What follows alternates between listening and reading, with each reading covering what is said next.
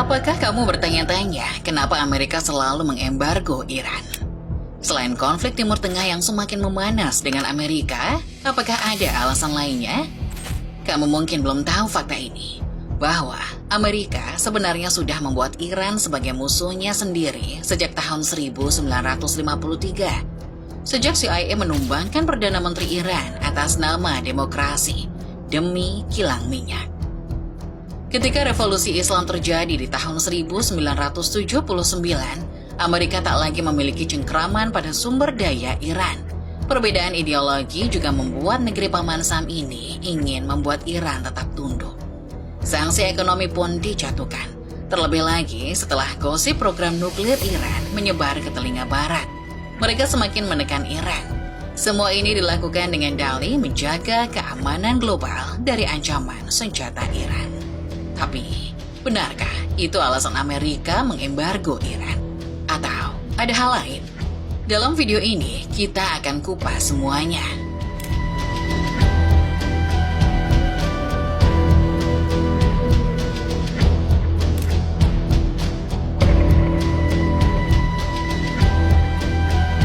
Tahun 1951, rakyat Iran memilih seorang pemimpin. Bukan lewat peluru, tapi lewat parlemen. Namanya Muhammad Mossadegh. Seorang nasionalis, reformis, dan simbol harapan baru. Ia bukan sosok radikal, ia tidak menyerukan revolusi. Ia hanya ingin satu hal, kedaulatan atas minyak negaranya sendiri. Minyak Iran selama puluhan tahun disedot oleh Inggris lewat perusahaan Anglo-Iranian Oil Company, yang kelak dikenal sebagai British Petroleum atau BP. Iran hanya diberi 16% dari keuntungannya. Infrastruktur mereka miskin, rakyat tercekik, tapi perusahaan asing hidup mewah di atas tanah yang bukan miliknya. Mossadegh melakukan hal yang berani dan tabu di mata barat, menasionalisasi industri minyak. Inggris murka, mereka bawa kasus ini ke mahkamah internasional. Tapi mereka kalah. Iran menang secara hukum, tapi kalah dalam permainan kekuasaan. Inggris tahu, untuk menjatuhkan pemimpin demokratis tak cukup hanya dengan ancaman. Maka mereka mendatangi sekutunya, Amerika Serikat. Di tengah paranoia Perang Dingin, Inggris cukup berbisik. Mossadegh dekat dengan komunis, dan Washington seketika bereaksi. CIA turun tangan. Operasi Ajax diluncurkan. Misinya menggulingkan pemerintah sah Iran dan menggantinya dengan rezim boneka yang ramah pada Barat. Operasinya kotor, CIA menyuap koran-koran lama, menyebar propaganda bahwa Mossadegh gila, korup, dan ingin jadi diktator. Mereka menyuap politisi, ulama, bahkan preman jalanan. Masa bayaran dikerahkan di jalanan, pura-pura jadi pendukung dan penantang Mossadegh agar kekacauan makin panas. Tentara disuap, loyalis dipecah. Pada 19 Agustus 1953, kudeta pecah. Tank dan pasukan mengepung rumah Mossadegh. Rakyat yang dulu memilihnya kini disuguhi pertunjukan brutal. Kebebasan mereka dirampas di siang bolong. Mossadegh ditangkap, diadili, dihina, dihukum tahanan rumah sampai akhir hayatnya. Yang kembali justru bukan demokrasi, tapi Shah Muhammad Reza Pahlavi, sang raja yang sebelumnya telah lari dari negeri. Ia kembali bukan sebagai pemimpin, tapi sebagai boneka Amerika dan Inggris. Apa yang terjadi setelah itu? Minyak Iran dibagi kembali, British Petroleum kembali beroperasi. Tapi kali ini, perusahaan-perusahaan Amerika ikut kebagian. Kue minyak dibagi-bagi tanpa bertanya pada rakyat Iran. Sementara itu, parlemen dibungkam. Oposisi disingkirkan satu persatu. Dan SAVAK, sebuah badan intelijen rahasia, dibentuk. Dilatih langsung oleh CIA.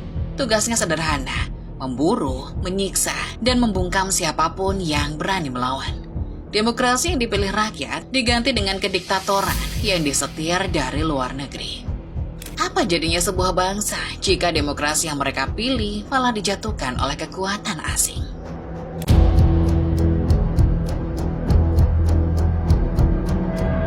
Iran memilih terlihat stabil dari luar, tapi di dalam, ketimpangan ekonomi makin tajam. Rakyat di desa-desa tetap miskin, harga kebutuhan melonjak. Sementara Istana Shah dipenuhi pesta dansa, sampanye, dan pujian dari Presiden Amerika. Titik didihnya datang pada akhir 1970-an. Ayatollah Ruhollah Khomeini, ulama karismatik yang diasingkan ke luar negeri karena menentang Syah, menjadi simbol kemarahan nasional. Kaset ceramahnya diselundupkan masuk ke Iran, disalin, lalu disebar dari tangan ke tangan. Di sana, ia menyebut Syah sebagai boneka barat dan Amerika sebagai musuh sejati rakyat. Unjuk rasa mulai pecah dari Teheran hingga Qom, dari mahasiswa hingga pedagang pasar. Tapi bukan hanya soal agama, ini adalah pemberontakan sosial dan politik yang disulut oleh rasa dipermalukan sebagai bangsa. Pada Januari 1979, tekanan rakyat tak terbendung. Syah melarikan diri ke luar negeri, dan sebulan kemudian, Khomeini pulang ke Iran disambut jutaan orang. Dalam sekejap, Iran berubah dari kerajaan boneka menjadi republik Islam yang menolak tunduk pada siapapun, terutama Amerika Serikat. Tapi itu belum klimaksnya. November 1979, puluhan mahasiswa revolusioner menyerbu kedutaan besar Amerika Serikat di Teheran. Mereka tidak melihatnya sebagai kedutaan, tapi sebagai sarang mata-mata CIA. 52 diplomat Amerika disandra selama 444 hari. Sebuah tamparan keras terhadap negara adidaya. Dunia menonton dan Amerika marah. Di Amerika, krisis ini menciptakan trauma nasional. Untuk pertama kalinya dalam sejarah, warga sipil Amerika Serikat disandra oleh negara yang dulunya sekutu. Hal ini memunculkan gelombang patriotisme emosional. Dukungan terhadap militer melonjak dan bersamaan dengan itu, muncul gelombang kebencian terhadap orang Iran. Di jalanan, di universitas, di tempat kerja, orang-orang Iran di Amerika dituntut untuk angkat kaki. Satu krisis menyulut dua narasi. Di Iran, simbol pembebasan. Di Amerika, simbol penghinaan nasional. Inilah momen saat hubungan Amerika Serikat-Iran benar-benar pecah. Washington langsung membekukan aset Iran, menghentikan bantuan ekonomi, dan memulai embargo tahap awal. Jika semua ini berawal dari rakyat yang menuntut keadilan, kenapa justru Iran yang akhirnya disebut teroris oleh dunia?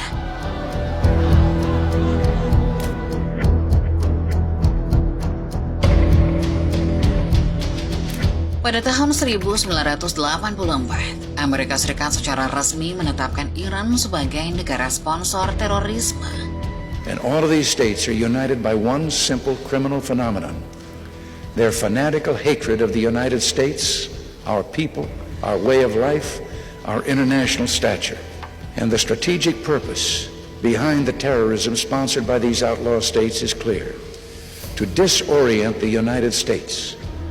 Sejak itu, dunia perlahan disuguhkan narasi tunggal bahwa Iran bukan sekedar negara Islam, tapi ancaman global yang mendalangi kekacauan di Timur Tengah. Tapi di balik label itu, tersembunyi kenyataan yang jauh lebih kompleks dan penuh kepentingan. Pasca revolusi Islam, Iran tidak hanya mengubah sistem pemerintahan dalam negeri, tapi juga memposisikan dirinya sebagai pelindung bagi kelompok-kelompok yang disebutnya sebagai poros perlawanan. Teheran memberikan dukungan politik, finansial, bahkan militer kepada Hizbullah di Lebanon, Hamas di Palestina, dan terakhir Houthi di Yaman.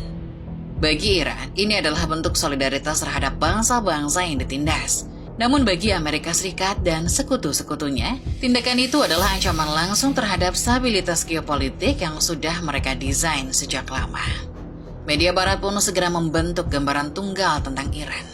Dalam berita utama CNN, Iran disebut sebagai top terror sponsor. Tanpa penjelasan seimbang, Lowy Institute merujuk Iran sebagai shadow hand di balik konflik Yaman dan Lebanon. Bahkan Middle East Council on Global Affairs menggambarkan dukungan Teheran terhadap Hizbullah sebagai strategi ekspansi revolusi Islam. Setiap roket yang ditembakkan, setiap bom yang meledak, dengan cepat dikaitkan dengan Iran. Meski tanpa bukti langsung, narasi sudah terlanjur terbentuk. Dalam dunia opini, yang terulang adalah yang dipercaya, dan yang dipercaya adalah yang diulang oleh yang berkuasa. Maka Iran pun dikurung dalam satu label tunggal, sumber kekacauan. Tapi jika semua bentuk perlawanan selalu disebut sebagai terorisme dan semua yang melawan dikutuk sebagai provokator, siapa yang sebenarnya menjadi teroris dan provokator di sini?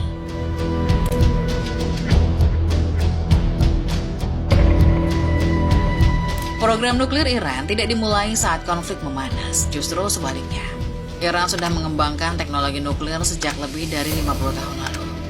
Dengan dukungan penuh dari Barat, di era Shah Muhammad Reza Pahlavi, Amerika Serikat, Jerman Barat, dan Prancis membantu membangun reaktor nuklir sipil.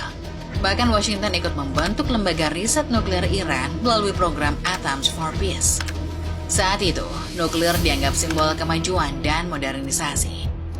Namun semuanya berubah setelah Revolusi Islam 1979. Ketika rezim berganti dan Iran menjadi negara anti Barat, seluruh kerjasama diputus sepihak. Perusahaan asing hengkang, kontrak dibatalkan, proyek reaktor terbengkalai. Tapi Iran tidak berhenti. Tanpa bantuan asing, mereka melanjutkan programnya sendiri, lebih tertutup, lebih mandiri. Dan justru karena ketertutupan inilah, Barat mulai menaruh curiga dan membangun narasi ancaman. Memasuki 1990-an, Teheran mengaktifkan kembali ambisi nuklirnya secara serius. Tujuannya, menurut mereka, untuk pembangkit listrik dan kebutuhan medis. Tapi, Amerika Serikat dan Israel menuduh itu cuma kedok untuk membuat senjata. Meski Badan Energi Atom Internasional atau IAEA berkali-kali menginspeksi dan tak pernah menemukan bukti pengembangan senjata nuklir, tuduhan tetap dilontarkan. Laporan demi laporan mulai disusun, dan pada tahun 2003, IAEA merilis temuan penting. Iran telah melakukan banyak pelanggaran dan kegagalan dalam mematuhi perjanjian pengamanan internasional, termasuk kebijakan yang disebut sebagai penyembunyian informasi dari pengawas IAEA. Namun di saat yang sama, IAEA juga menyatakan tidak ada bukti bahwa Iran sedang berupaya membuat senjata nuklir. Ironisnya, justru bagian ini yang jarang dikutip oleh media arus utama. Tahun 2015, Iran setuju menandatangani JCPOA atau Joint Comprehensive Plan of Action, sebuah perjanjian nuklir internasional dengan 6 kekuatan besar dunia. Iran sepakat membatasi pengayaan uranium, mengizinkan inspeksi, dan memperlambat pengembangan fasilitas reaktor. Sebagai imbalannya, sanksi ekonomi dicabut. Dunia bernapas lega untuk sesaat. Namun pada tahun 2018, Presiden Donald Trump menarik Amerika Serikat keluar dari perjanjian itu. The Iran deal is defective at its core. If we do nothing, we know exactly what will happen. Therefore, I am announcing today that the United States will withdraw from the Iran nuclear deal. Tanpa bukti pelanggaran dari pihak Iran, tanpa pembahasan ulang, hanya karena menurutnya perjanjian itu menguntungkan musuh. Sanksi baru kembali diberlakukan, lebih keras dari sebelumnya, lebih menyakitkan. Tapi ada yang lebih mengganjal.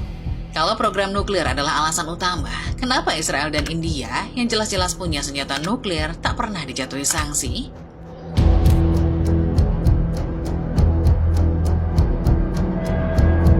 Setelah Amerika Serikat keluar dari kesepakatan nuklir pada 2018, tekanan ekonomi terhadap Iran kembali digencarkan. Kali ini dengan nama resmi Maximum Pressure. Tapi di balik nama itu tersembunyi strategi kuno, membuat rakyat menderita agar pemerintah tunduk. Sanksi demi sanksi dijatuhkan. Minyak, urat nadi ekonomi Iran, tak bisa lagi diekspor secara legal. Bank sentral Iran diblokir. Transaksi internasional dibekukan. Perusahaan asing dipaksa angkat kaki atau terancam hukuman dari Washington. Dan yang paling terasa adalah rakyat. Harga barang melonjak, obat-obatan langka, inflasi menggila, dan tidak ada pasukan yang dikirim. Hanya sanksi dan rasa lapar. Namun Iran tidak tunduk pada tekanan maksimum Amerika Serikat. Sebaliknya, mereka meluncurkan maksimum resistance, strategi perlawanan multidimensi. Melalui resistance ekonomi, Iran fokus pada substitusi impor, kemandirian industri, dan diversifikasi mitra dagang ke Tiongkok, Rusia, serta Asia Tengah. Minyak tetap diekspor lewat jaringan bayangan seperti kapal tanpa identitas, dokumen palsu, dan pelabuhan pihak ketiga, memperkuat posisinya via BRICS. Terputus dari teknologi barat, Iran mengembangkan drone Shahid 136 dan rudal balistik jarak menengah bukan sekedar alat tempur, tapi senjata penekan dalam negosiasi global.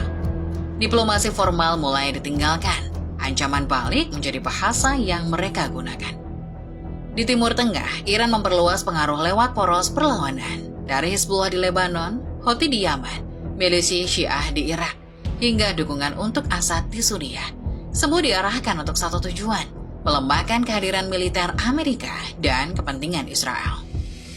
3 Januari 2020, Amerika Serikat melancarkan serangan drone di Bandara Baghdad, Jenderal Qasem Soleimani tewas. Ia bukan sekedar petinggi militer, ia adalah arsitek pengaruh Iran di Timur Tengah.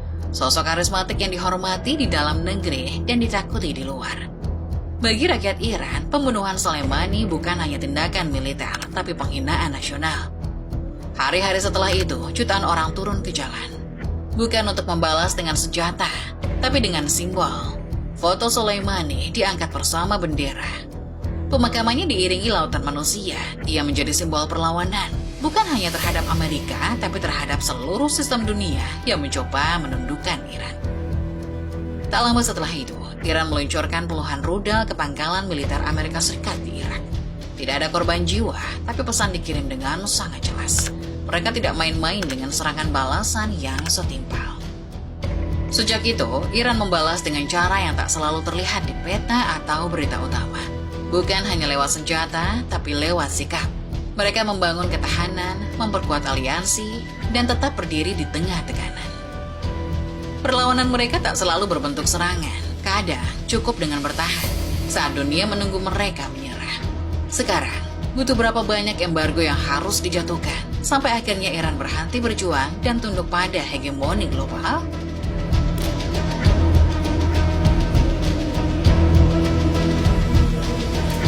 Dunia terus berubah, tapi satu hal tetap, Iran masih diembargo.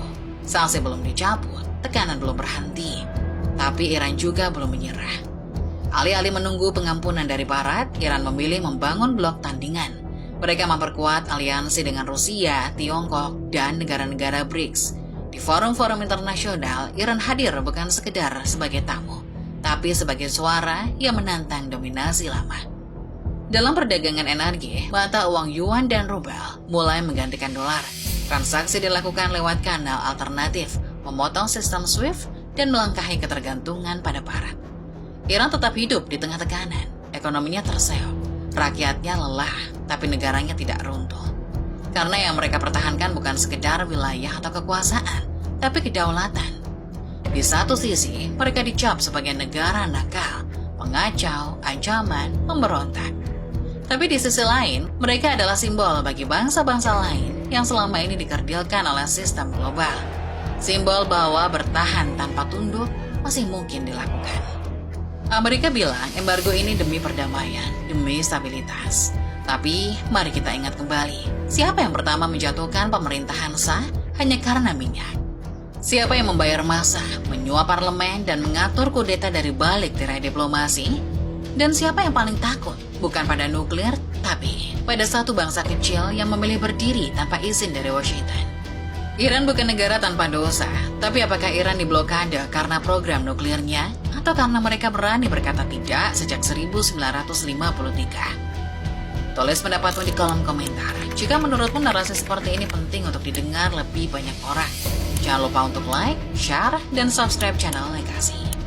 Karena sejarah tak akan adil kalau hanya diceritakan oleh satu pihak saja.